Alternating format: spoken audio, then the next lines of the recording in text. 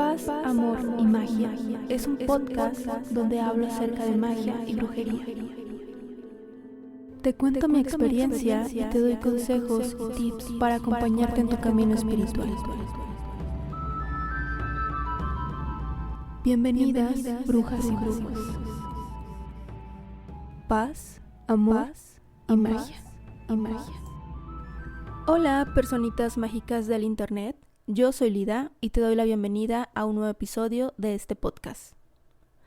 En el episodio pasado platicábamos acerca del concepto que la mayoría de nosotras tuvimos de las brujas y la brujería, esas mujeres malvadas y consortes del diablo.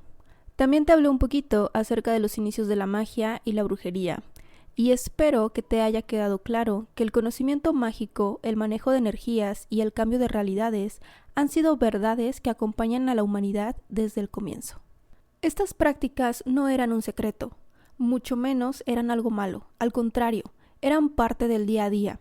Y aquellas personas que eran dueñas y conocedoras de estos saberes eran consideradas personas sumamente importantes dentro de la sociedad. Como mencioné en el episodio anterior, estas conocedoras recibían muchísimos nombres: sacerdotisas, pitonisas, adivinas, sabias, maestras, curanderas, chamanas.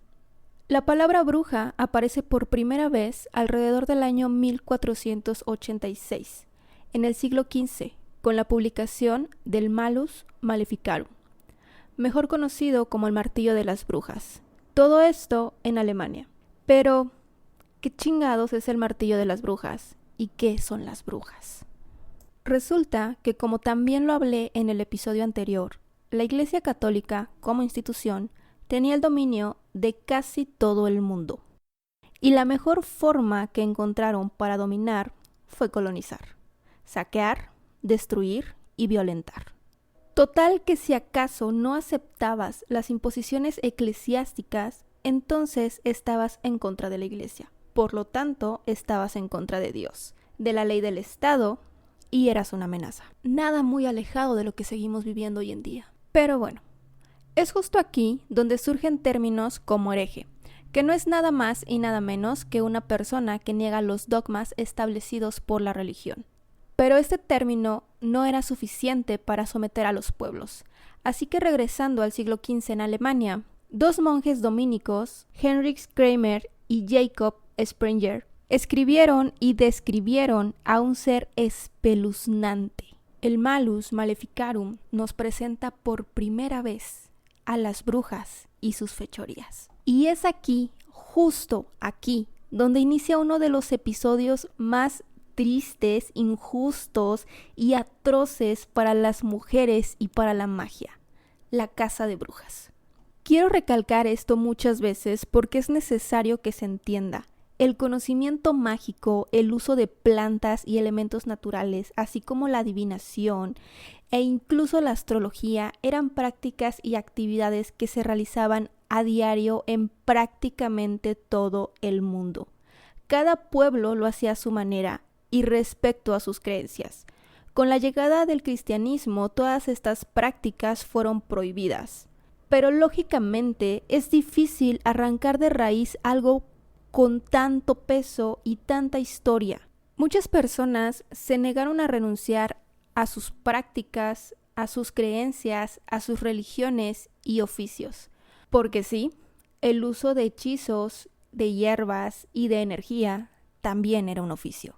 Volviendo al martillo de las brujas, en este libro se describen todas estas prácticas ancestrales, pero dotándolas de un peso diabólico y demoníaco. Tenemos entonces, y según este libro, que cualquier tipo de práctica supersticiosa era algo demoníaco. Y por práctica supersticiosa me refiero a todo. Pero vamos a empezar con las prácticas que sí tienen relación en la magia. La adivinación, en cualquiera de sus formas, era considerada un acto demoníaco, pues según ellos eran los demonios los que hablaban. La realización de hechizos y conjuros para cualquier fin era demoníaco, puesto que, según la doctrina cristiana, también los demonios hacen prodigios. Y como las realizadoras de estos prodigios claramente no eran cristianas, bueno, tenían que ser castigadas y llamadas brujas. Y es justo aquí donde se forma esa relación de las brujas como seguidoras del demonio. Pero aquí recordemos que antes de la aparición de la fe cristiana, los pueblos y civilizaciones tenían a sus propias deidades, ritos y festividades. Muchas de estas personas se negaron a aceptar al dios impuesto y seguían celebrando en secreto a sus dioses y a la naturaleza como estaban acostumbradas.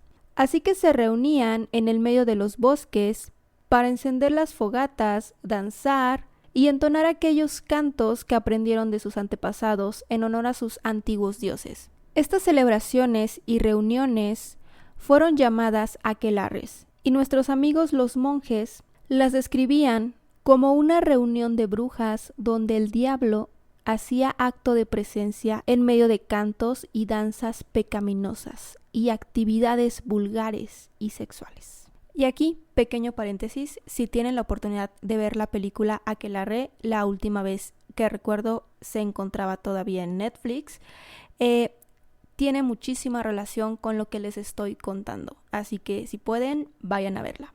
Volviendo al tema, las actividades antes normales fueron transgiversadas totalmente y todas ellas fueron demonizadas. Aquí también vamos aclarando que la presencia de los demonios ni siquiera era algo conocido por todos estos pueblos y por todas estas civilizaciones. Fue algo que llegó junto con el cristianismo y junto con el Dios único y omnipotente. Pues aunque sí existen los demonios o sí existía una cierta creencia en demonios, no eran del tipo del que nos presentaba en ese entonces la Iglesia Católica. Dicho esto, vamos a seguir escarbando. Todas las actividades curativas y medicinales también fueron prohibidas y relacionadas al demonio, a las brujas y a la brujería, porque recuerden que ya podemos usar estas palabras. Por lo tanto, curanderas, parteras y aborteras eran consideradas brujas, porque recordemos la parte de los prodigios. Y aquí viene una parte interesante del mito de las come-niños. Resulta que, como lo dije antes, las mujeres medicina eran lógicamente sanadoras, pero también tenían conocimientos muy básicos, lógicamente, sobre métodos anticonceptivos y también sabían cómo inducir abortos. Y pues bueno, en 500 años las cosas no han cambiado y la Iglesia condenaba el aborto, ya saben, porque solo Dios puede quitar la vida. Claro que quitar la vida a más de 60,000 personas nada más en Europa, supongo que sí estaba permitido, ¿no? Como sea, muchas de las mujeres que acudían por estos métodos eran mujeres ricas y, cristianas. Cuando éstas eran descubiertas, le echaban la culpa a la partera alegando que le habían robado al bebé del vientre o que las habían hecho estériles. Pero no solo eso, además, si en la labor de parto el bebé nacía con malformaciones o sin vida, también eran acusadas. Ok, entonces, adivinas, sacerdotisas, chamanas y curanderas eran brujas. Pero adivinen qué, también lo era cualquier mujer con cualquier otro tipo de conocimiento o habilidad.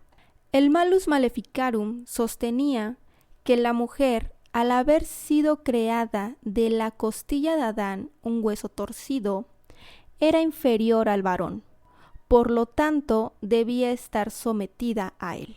Aunado a esto, también decía que el demonio procuraba placer sexual a las brujas y las convertía en objeto de deseo y perdición para los hombres. De esta manera se sostiene que cualquier mujer que no se resigna a ser madre y esposa sumisa era una bruja. Cualquier mujer mayor y soltera era una bruja. Mujeres viudas, brujas. Mujeres estériles, brujas. Mujeres que ejercían su sexualidad libremente, brujas. Y aquí vemos que las cosas ya se pusieron turbias. Lo único que podía hacer una mujer era casarse y ser madre. Y claro, ser una esposa sumisa y obediente.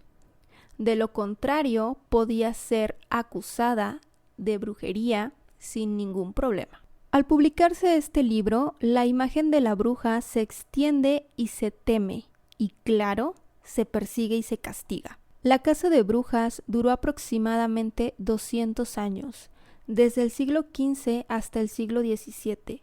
Millones de mujeres y personas inocentes perdieron la vida de forma tortuosa y horrenda. Pero a pesar del genocidio y feminicidio en masa, los saberes ancestrales no fueron borrados del todo. Permanecieron y siguieron pasando de generación en generación. Y es entonces cuando se decide darle un nuevo giro y ahora dividirlos y renombrarlos. Y es entonces cuando se da a conocer la magia y la hechicería, como una práctica con fines médicos, amorosos y religiosos que no está asociada a los demonios, a supuesta diferencia de la brujería como una práctica de carácter negativo que implica un culto y pacto con el demonio. O sea, a ver si estamos entendiendo. Le dan un nombre a nuestras prácticas y las acusan de ser algo que no son. Como no pueden evitar que sigamos practicándolas, ahora nos dicen que ok, está bien y le dan un nombre nuevo, como por. Y es aquí también donde comienzan a escucharse términos como magia blanca y magia negra, usando el negro como alusión a lo maligno y adivina qué, a la religión yoruba, también conocida como vudú, practicada principalmente por africanos, personas de piel negra, bastante racista el término, por cierto. Yo me plantearía muchísimo volver a usar ese término para referirme a lo que ya entendimos que fue un invento. Espero que con esto también podamos entender que la magia y la brujería no son buenas o malas y no se necesita nombrarlas de una forma u otra. Las palabras bruja y brujería se inventaron y usaron para someternos a una religión y a una sumisión patriarcal. Pero entonces, si ellos inventaron la palabra bruja, ¿por qué entonces nos llamamos así y continuamos dándole el nombre de brujería a nuestra práctica mágica? Eso se los voy a contar en el siguiente episodio. Paz, amor y magia.